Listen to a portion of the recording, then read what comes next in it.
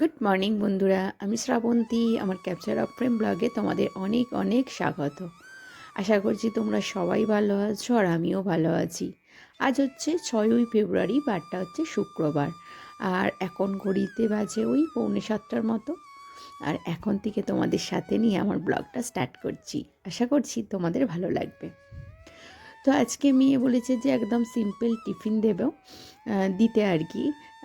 সেই জন্য ওকে একটা সিম্পল টিফিনই করে দেব, কারণ আগের দিন একটু চাপ খাওয়া হয়ে গেছে বলে। তো আজকে একেবারে সিম্পল টিফিন বলেছে, তো তার জন্য ওর জন্য একটুখানি ফ্রেঞ্চ ফ্রাই বানাচ্ছি, আর তার সঙ্গে ও বলেছে বিস্কিট নিয়ে যাবে। তো ব্যাস, একেবারে কাজ হালকা।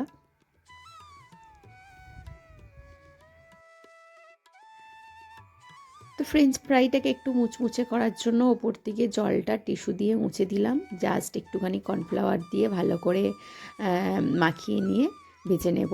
আর নুন দিয়েই তো সিদ্ধ করে নিয়েছি আলুটা, আর ওপর থেকে বিট নুন। আর ও একটু সসের সঙ্গে খেতে ভালোবাসে বলে জাস্ট একটুখানি সস দিয়ে দেবো। তো আমি ফ্রেঞ্চ ফ্রাই দিলে ওর সঙ্গে একটা হেলদি কিছু দিই, ডিম সিদ্ধ দিই। কিন্তু ইদানিং করে দেখতে পাচ্ছি আমার মেয়ে খুব একটা ডিম পছন্দ করছে না।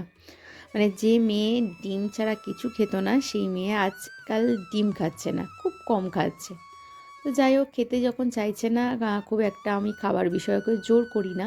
কারণ বাচ্চাদের খাবার বিষয়ে জোর করলে সেই বিষয়ে ওরা আরও ঘ্যান ঘ্যান করতে থাকে বা আরও বিরক্তি চলে আসে। তাই ওদের যখন খিদে পাবে ওরা নিজেরাই মানে চেয়ে খাবে, মানে সেটাতেই আমি বিশ্বাস করি। যেহেতু খিদে নেই, নয় কিছু সমস্যা আছে, আর না হলে খিদে নেই। তো যাই হোক, আমি ফ্রেঞ্চ ফ্রাইগুলো আগে করে নিয়েছি। আর ওদিকে ওর গাড়িও প্রায় এসে যাওয়ার মুখে, কারণ এই শীতকালটা মানে একটু অনিয়মিত উঠে উঠে এমন হয়ে গেছে যে খুব একটা তাড়াতাড়ি করে উঠতে পারছি না। যদিও বা এখন ঠান্ডাটা অনেক কমে গেছে, কিন্তু এই যে অভ্যাস, মানে একটু দেরিতে উঠে উঠে অভ্যাস হয়ে গেছে, তো যার জন্য আর তাড়াতাড়ি করে উঠতে পারছি না। তো যাই হোক, আর কয়েকদিনের মধ্যেই নিশ্চয়ই একটা টাইমের মধ্যে চলে আসবে। আর টাইমের মধ্যে তো উঠতেই হবে, কারণ আমার মেয়ে 7টা মধ্যে রেডি হয়ে যায়, আর ওর 7:10 গাড়ি চলে আসে।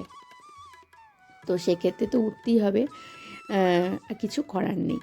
যাই হোক, ওর টিফিনটা আমার রেডি করা হয়ে গেছে। এই যে ওর টিফিন বক্সে তুলে দিয়েছি। আর ফ্রেঞ্চ ফ্রাইয়ের এক্সট্রা তেলটা টেনে নেওয়ার জন্য নিচেটা একটুখানি টিস্যু দিয়ে দিয়েছি। আর এই যে বিস্কিটগুলো খুলে দেবো না, নরম হয়ে যেতে পারে, ওই প্যাকেটের মধ্যেই থাক, ও নিজে কেটে নিয়েই খাবে।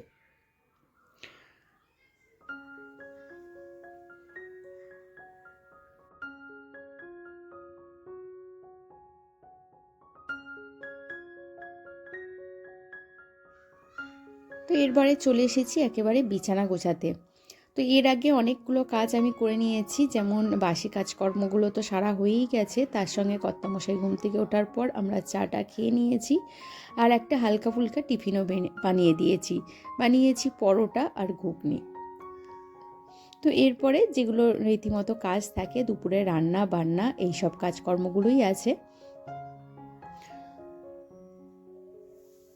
তো শীত তো প্রায় শেষের দিকে, এবার কিন্তু আস্তে আস্তে শীতের জিনিস গুছিয়ে তুলতে হবে।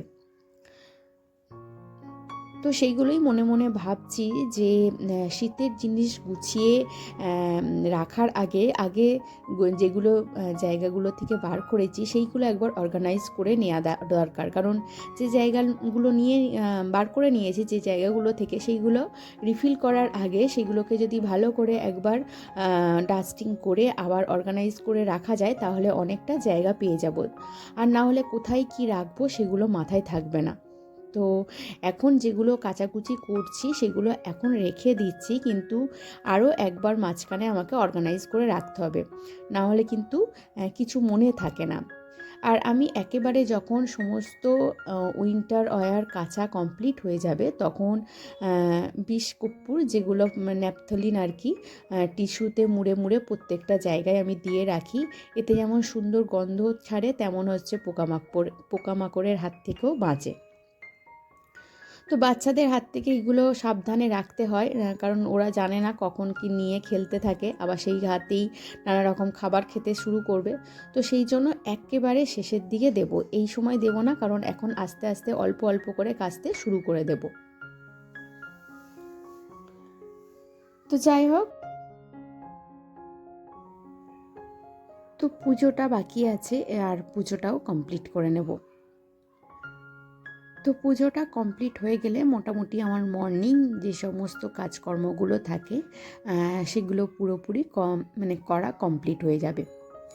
আর কতগুলো পুঁই গাছ গোড়াগুলো আমি জাস্ট একটুখানি টবে ফেলে দিয়েছিলাম, দেখো কি সুন্দর গাছগুলো হয়েছে। আর তা থেকে আবার পুঁই ভেটুলিও হয়েছে। তো এইগুলো ভেঙে নিচ্ছি আমি, অনেক দিন থেকেই হয়েছে, এরপরে ভাঙলে পেকে যাবে। তো এইগুলো কিন্তু বেগুন দিয়ে, পুঁই ভেটুলি, আলু মূলো দিয়ে, চিংড়ি মাছ দিয়ে খেতে দারুণ লাগে। তো মোটামুটি আমি আর মেয়ে দুজনে মিলে খাবো, কারণ কর্তামশাই তো টিফিন নিয়ে চলে গেছে, ও আর দুপুরে আসবে না, আর এগুলো রাতের দিকে খেতে ভালোও লাগবে না। তো সেই জন্য আমার আর মেয়ের সুন্দর হয়ে যাবে।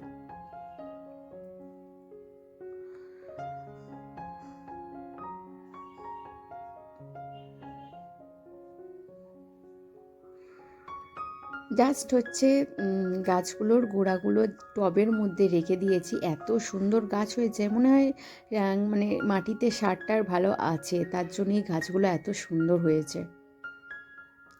তো দেখো বেশ 4-5টা গাছে প্রচুর কিন্তু পুঁই ভেটুলি হয়েছে।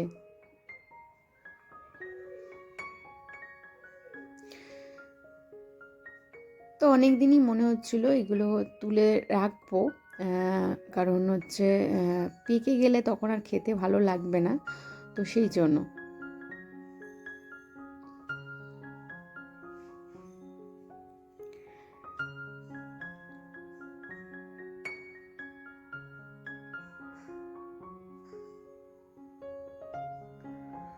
তো চলো আজকে এগুলো করব না, কারণ হচ্ছে আজকের মেনু ঠিক হয়ে গেছে, তো ওটা অন্য দিন করব।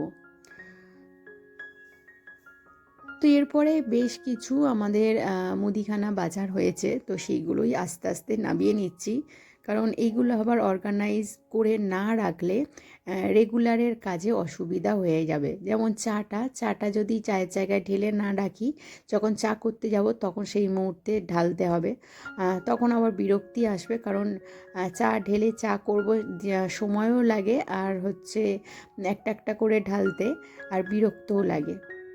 তো সেই জন্য আগে অর্গানাইজ করে রাখবো। আর যেহেতু মেয়ে আর আমি খাবো, তো একটু দেরিতে রান্না করলেও অসুবিধা নেই, কারণ হচ্ছে মেয়ে 12:30টায় আসবে, তাই দেরি করে রান্না বসালে গরম গরম খাওয়া যাবে। আর শীতকালে কিন্তু দেরি করে রান্না করলে একেবারে গরম গরম খাওয়া যায়, খেতে ভালো লাগে। তো আগে যে কন্টেনারগুলো এমার্জেন্সি আছে সেই কন্টেনারগুলো ফিল আপ করে দেব। তো মুড়ি এমনি হচ্ছে টিফিনে সন্ধ্যাবেলার সময় লাগে, একটু মশলা মুড়ি করলে সকলে মিলে খাওয়া হয়, তো সেই জন্য। তারপরে এই যে স্ন্যাক্স জাতীয় জিনিসগুলো হচ্ছে চায়ের সঙ্গে বেশ খেতে ভালো লাগে, তো সেই জন্য এইগুলো আগে ঢেলে রাখছি।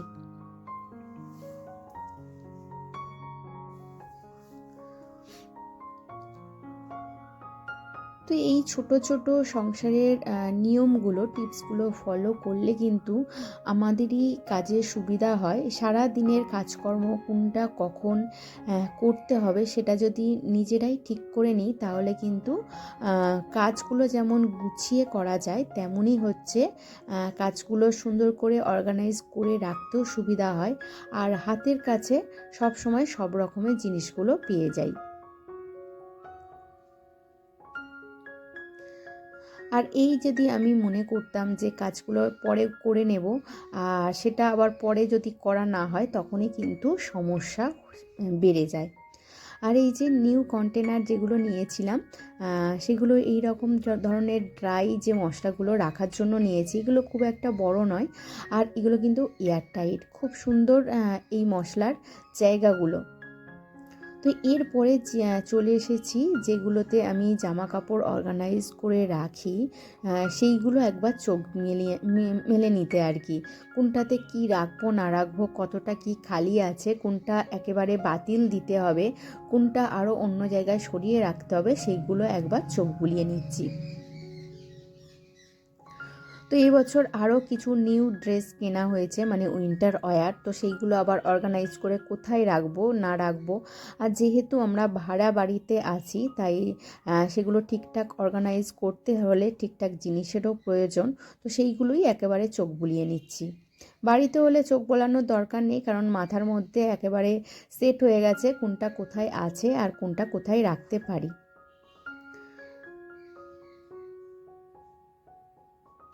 তো মোটামুটি এইগুলো ফিল আপ হয়ে গেছে। এখানে কিছুটা ফাঁকা আছে, আর ওটা তো হচ্ছে আমাদের যে বেড কভারের রাখার জায়গা। তো এটা দেখে নিয়েছি, মনে হচ্ছে আরও কয়েকটা জিনিস কিনতে হবে। তো যাই হোক, এরপরে চলে এসেছি একটুখানি, আমরা সবাই চাই সব সময় যে একটুখানি চেঞ্জ কিন্তু আমাদের ভীষণ ভালো লাগে, সেটা ছোট হোক বড় হোক যাই হোক। তো সেক্ষেত্রে আমি অনেক দিন থেকেই একটা মানে পর্দা আর কি, কিচেন কভার কিনে রেখেছি, সেটা লাগানো হচ্ছে না। তো আজকে ভাবলাম যে লাগাই। এটা না লাগানোর একটাই কারণ, যে ঠিকঠাক কিভাবে লাগাবো সেটাই বুঝতে পারছিলাম না। কারণ ড্রিল করতে হলে বাড়ির মালিককে আগে জানাতে হবে। তো সেক্ষেত্রে কিভাবে অর্গানাইজ করা যায়, তো সেই জন্যই আর কি লাগানো হয়নি। এই যে এখানটা সামনে থেকে সমস্ত বাসনপত্র দেখা যায়, তো আমি অনেক দিন থেকে এখানে একটা পর্দার ব্যবস্থা করেছি, কিন্তু সেটা লাগানো হয়নি। এই ছোট ছোট চেঞ্জ কিন্তু আমাদের জীবনে দরকার আছে, ভালো লাগে, যেহেতু আমরা অনেকটা টাইম কিচেনে কাটাই। তো সেখানে এই ছোট ছোট চেঞ্জ আমাদের ভালো লাগতে পারে। তো এই রকম দুটো হুক নিয়ে নিয়েছি, যেগুলো একেবারে মানে কিনতে পাওয়া যায়, খুব একটা দামও বেশি না। তো এরকম দুটো হুক দুদিকে লাগিয়ে নিয়ে, আর ওর মধ্যে সুতো পরিয়ে দিয়েছি। তো ওই সুতো দিয়েই লাগিয়ে দেবো। তো দেখা যাক কেমন লাগে। তো লাগাতে লাগাতে বলে রাখি যে বন্ধুরা, আমার ভিডিও যদি তোমাদের ভালো লেগে থাকে তাহলে অবশ্যই একটা লাইক কমেন্ট করে দিও। আর আমার চ্যানেলে যদি নতুন বন্ধু হয়ে থাকো তাহলে অবশ্যই একটা সাবস্ক্রাইব করে দিও। আর যেসব বন্ধুরা অলরেডি সাবস্ক্রাইব করে আমার পাশে আছো তাদেরকে জানাই অসংখ্য অসংখ্য ধন্যবাদ। তো মোটামুটি দেখো এইভাবে লাগিয়েছি, খুব একটা খারাপ লাগছে না। তো মোটামুটি এইভাবে চলতে থাকুক, যদি ড্রিল করতে পারি তো করব। আজকের ভিডিও এই পর্যন্ত।